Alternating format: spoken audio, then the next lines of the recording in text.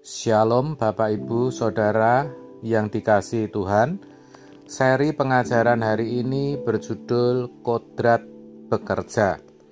Sejak pertama kali diciptakan oleh Allah dan ditempatkan di Taman Eden, manusia sudah diberi tanggung jawab untuk bekerja. Dikatakan Tuhan Allah mengambil manusia itu dan menempatkannya dalam Taman Eden untuk mengusahakan dan memelihara taman itu. Kejadian 2 ayat 15. Jelas sekali bahwa di Taman Eden Tuhan tidak menghendaki manusia untuk tidak berbuat apa-apa ataupun untuk bermalas-malasan, tetapi untuk mengusahakan. Namanya mengusahakan artinya menjadikan taman itu semakin baik dan berkembang.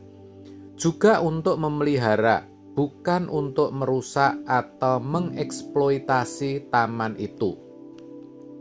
Yang pasti, manusia dikehendaki Allah supaya bekerja.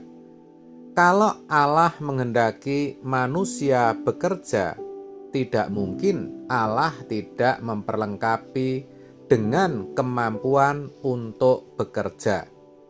Pasti Tuhan beri. Dengan kalimat lain, saya bisa katakan bahwa sejatinya bekerja itu merupakan suatu kodrat.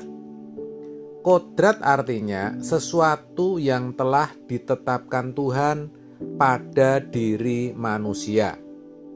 Tetapi kita tahu dalam perjalanan hidup manusia pertama saat itu, manusia mengalami kegagalan karena tidak taat pada kehendak Allah, yaitu dengan mengambil dan makan buah dari pohon pengetahuan yang baik dan jahat.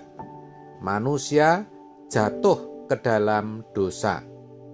Namun, kodrat bekerja tidak dihilangkan dari dalam diri manusia. Allah tetap menghendaki manusia bekerja. Lalu firman-Nya kepada manusia itu, "Karena engkau mendengarkan perkataan istrimu dan memakan dari buah pohon yang telah kuperintahkan kepadamu, jangan makan daripadanya. Maka terkutuklah tanah karena engkau. Dengan bersusah payah engkau akan mencari rezekimu dari tanah seumur hidupmu.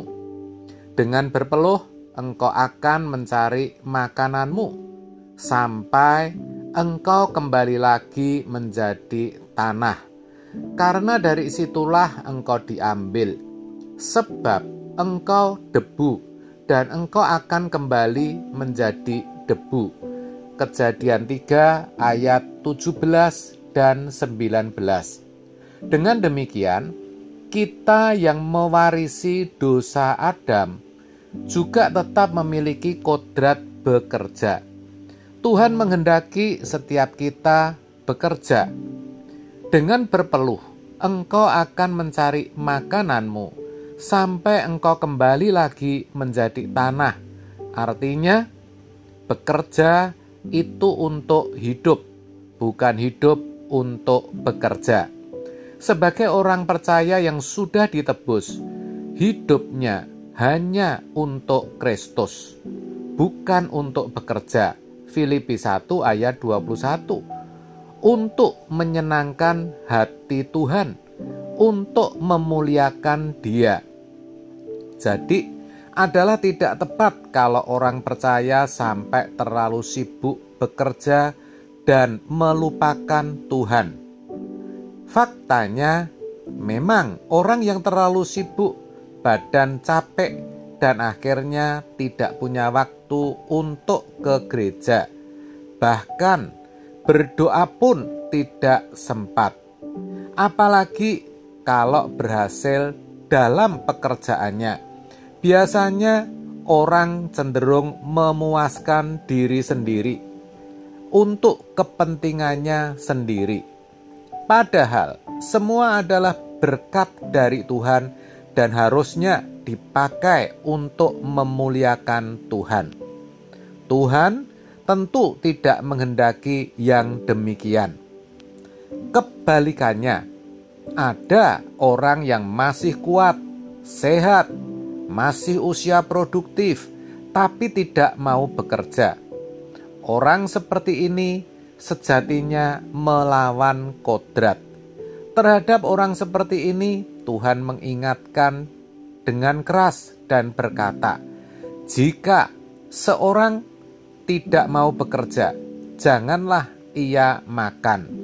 2 Tesalonika 3 ayat 10. Sedangkan terhadap pemalas, penulis Amsal berkata, hai pemalas, pergilah kepada semut, perhatikan lakunya, dan jadilah bijak. Amsal 6 ayat 6. Maka, mari kita sadar bahwa untuk kelangsungan hidup kita harus bekerja. Tetapi bekerjalah dengan benar dan cerdas. Jangan malu bekerja. Saya katakan demikian karena ada orang yang malu kalau bekerja. Apapun, asalkan tidak melanggar firman Tuhan. Dengan bekerja, Tuhan jadi punya alasan untuk memberikan berkat-Nya. Orang yang bekerja tidak mungkin tidak terpelihara hidupnya. Kalau hanya untuk makan, pasti bisa. Hal itu jelas digambarkan dengan burung di udara. Tuhan pelihara. Kenapa?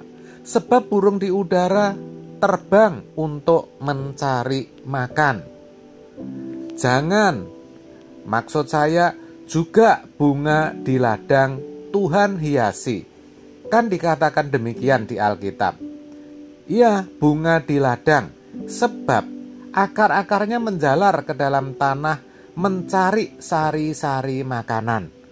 Semua itu menggambarkan bahwa kalau seorang bekerja, pasti Tuhan memberkati. Kiranya melalui kebenaran ini kita semua jadi mengerti kenapa kita harus bekerja, bagaimana kita mestinya bekerja, dan untuk siapa kita bekerja. Amin. Tuhan Yesus memberkati.